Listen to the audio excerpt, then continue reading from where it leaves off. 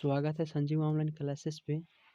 तो दोस्तों, अगर आप मेरे चैनल पर नए हैं तो चैनल को सब्सक्राइब कर दीजिए और वीडियो को लाइक कर दीजिए और अपने दोस्तों को पास में ज़रूर शेयर करें ताकि हेल्प उसको अधिक से अधिक मिल सके इस बार एग्जाम मैट्रिक के बोर्ड में। तो आज हम बात करेंगे बायोलॉजी, जीव विज्ञान के बारे में। बहुत ही वीवीआई क्वेश्चन है दोस्तों, आप अच्छे से समझ लीजिएगा। मैं गारंटी देता हूँ कि आपको अच्छे से अच्छे रिजल्ट में दिलाने का गारंटी लेता हूँ। तो दोस्तों, वीडियो में दूसरा कुछ बोलूँ नहीं है और मेरे टेलीग्राम से ग्रुप को ज़रूर ज्वाइन कीजिए क्योंकि अपडेट मिलता रहेगा आपको। तो चलिए, मैं किसी देर को मैं वीडियो को स्टार्ट करता हूँ। तो चलिए, पहला प्रश्न हम लोग के सामने में क्या आता है। किशोर अवस्था में होने वाली शारीरिक परिवर्तन का कारण है तो है जो उत्तर एस्ट्रोजन है, समझे। चलिए अगला और प्रश्न पर चलते हैं, क्या बोल रहा है। तंत्रिका तंत्र को क्या कार्य है। उत्तर में तंत्रिका तंत्र के निम्न कार्य हैं, जिसे 1 में जैविक क्रियाओं को नियंत्रण एवं समन्वय करना, 2 में सोचने समझने में सहायता करना, 3 में सांस लेना या हृदय संपादन आदि क्रियाओं में संपादित करना। चलिए क्वेश्चन और अगला की ओर चलते हैं। तंत्रिका ऊतक कैसे किया करता है। उत्तर में तंत्रिका ऊतक न्यूरॉन सेल से मिलकर बना होता है। सूचनाओं के आधार पर यह निर्णय ले लेते हैं तथा निर्णय को मांसपेशियों तक भेजते हैं। चलिए क्वेश्चन नंबर अगले पर चलते हैं। 4 में क्या बोल रहा है। न्यूरोट्रांसमीटर क्या है। चलिए इसका आंसर नीचे है, मैं बताता हूँ आप लोग को।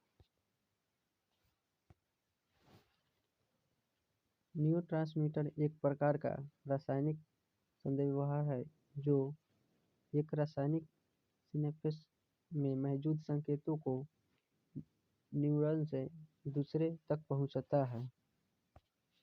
चलिए क्वेश्चन में अगले पर 5 में क्या पढ़ा है। परिवर्ती क्रिया एवं परिवर्ती चाप में क्या अंतर है।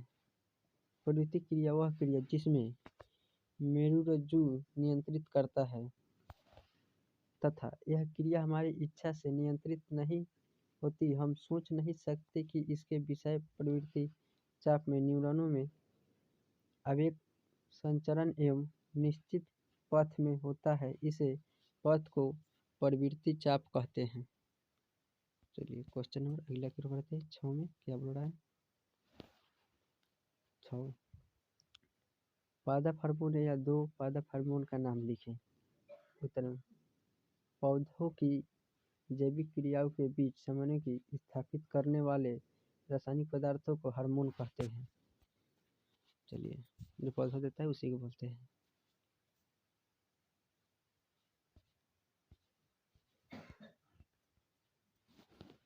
क्या बोल रहा है।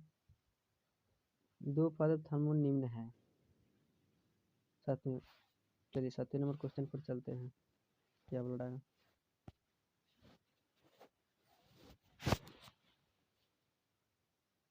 पादप प्रकाश अनुवर्तन किस प्रकार का होता है। पादप के तने में ऊपरी भाग पादप की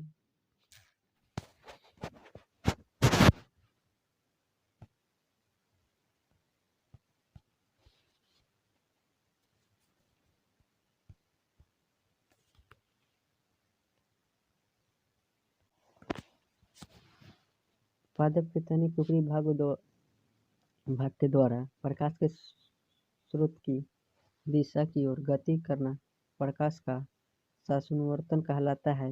यह पौधा का तना प्रकाश के प्रति अनुक्रिया दिखता है, जिसके कारण यह उसी दिशा में मुड़ जाता है। चलिए क्वेश्चन नंबर 8 की ओर चलते हैं। तो क्या बोल रहा है। 2 पादप हार्मोन का नाम लिखिए, जिससे लिखिए उनके एक एक कार्यों को लिखिए। चलिए 2 पादप हार्मोन का निम्न है। ऑक्जिन किस हार्मोन का कार्य कोशिका दीर्घन अर्थात यह पौधा आकारों में वृद्धि करता है। ये होता है क्या। ये होता है एक होता है जिबरेलिन्स, यह तना की वृद्धि में सहायता होते एवं बड़े आकार के फलों एवं फूलों के उत्पादन में भी सहायता करते हैं। चलिए क्वेश्चन नंबर अगला की ओर देखते हैं क्या बोलता है 9 में। जंतुओं को रासायनिक संबंध में क्या होता है? उत्तर में जंतुओं को रासायनिक संबंध में जिन्हें हार्मोन कहते हैं, हार्मोन के द्वारा होता है। यह अंतः स्रावी ग्रंथियों के द्वारा परिवर्तित होते हैं। चलिए क्वेश्चन नंबर 10 की ओर बढ़ते हैं। क्या बोल रहा है? जंतुओं में रासायनिक संबंध कैसे होता है? जंतुओं में रासायनिक संबंध जिन्हें हार्मोन कहते हैं के द्वारा होता है, यह अंतः ग्रंथियों के द्वारा संवृद्ध होते हैं। चलिए क्वेश्चन नंबर 11 की ओर बढ़ते हैं। यदि इंसुलिन हार्मोन का स्वार्थ उचित मात्रा में होता है तो मधुमेह नामक रोग हो जाता है। मतलब ये हो जाता है, मधु नामक रोग हो जाता है। ऐसे रोग को रक्त को ग्लूकोज की मात्रा असंतुलित हो जाती है। मधुमेह का उपचार इंसुलिन के इंजेक्शन द्वारा किया जाता है। इससे मधुमेह की अवस्था के ठीक रूप से होता है। इसे बीमारी की उचित प्रबंधन द्वारा नियंत्रण में रखा जाता है। चलिए क्वेश्चन नंबर 12 की ओर चलते हैं। 12 में क्या बोल रहा है? आयोडीन की कमी और कौन सी बीमारी होती है तथा कैसे? आयोडीन की कमी से गंगा नामक रोग होता है। मनुष्य में आयोडीन की कमी होती है जो थायरॉक्सिन हार्मोन बनाने के लिए थायराइड ग्रंथि अधिक फैल जाती है, जिसके कारण से मानव का गला फूल जाता है, जिसे घेंघा कहा जाता है।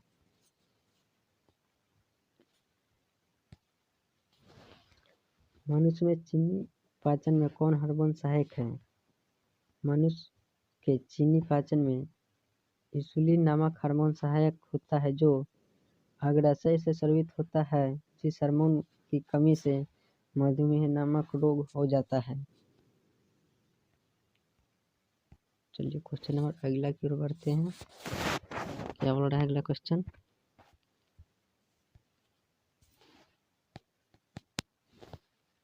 क्वेश्चन नंबर अगला की ओर बढ़ते हैं।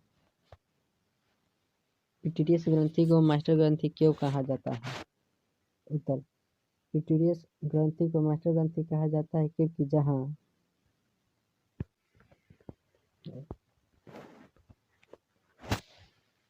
अंत में अनंतः सभी ग्रंथियों को निकालने वाले हार्मोन को नियंत्रित करती है। चलिए क्वेश्चन नंबर अगला की ओर बढ़ते हैं 15 की ओर। 15 में क्या बोला जा रहा है?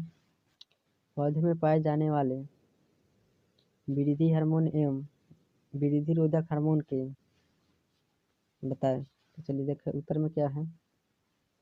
पौधे में पाए जाने वाले वृद्धि हार्मोन ऑक्सीजन और न्यूट्रिशन द्वारा वृद्धि में पाया जाता है।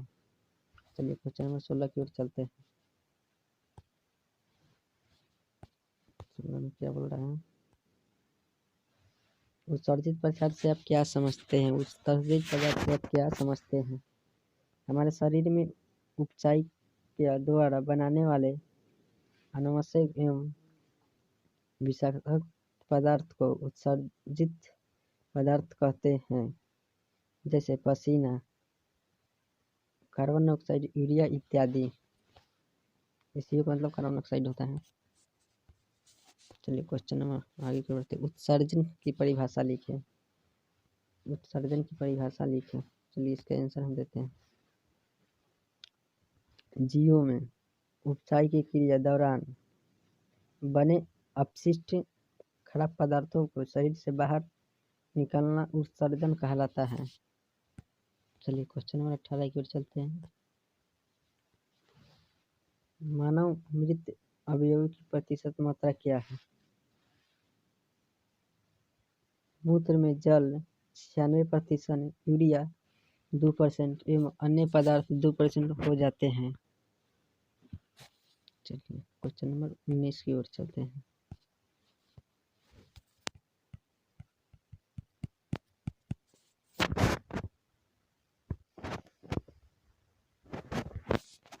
क्वेश्चन 19 में क्या बोल रहा है? ग्लोमेरुल फिल्ट्रेशन क्या है?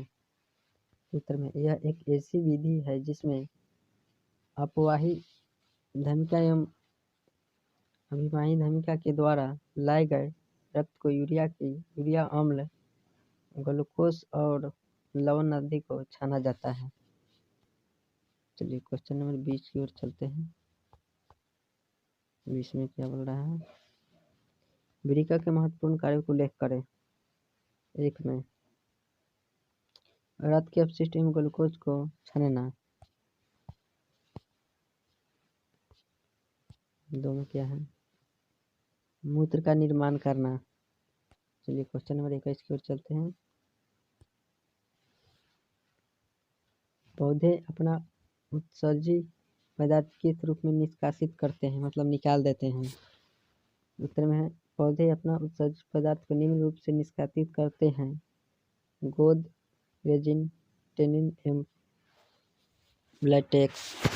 दोस्तों उम्मीद करता हूँ कि आपको वीडियो अच्छा लगा होगा। अपने दोस्तों के पास जरूर शेयर करें ताकि सभी को हेल्प मिल सके। और बिहार बोर्ड में आपको अच्छा से अच्छा मार्क्स लाना है तो मेरे नोट्स को आप अच्छे से पढ़िए और अच्छे से याद कर लीजिए। आपको गारंटी के साथ होता है कि 350 प्लस नंबर आपको आएगा। चलिए दोस्तों, तब तक के लिए जय हिंद। मिलते हैं किसी नेक्स्ट वीडियो में।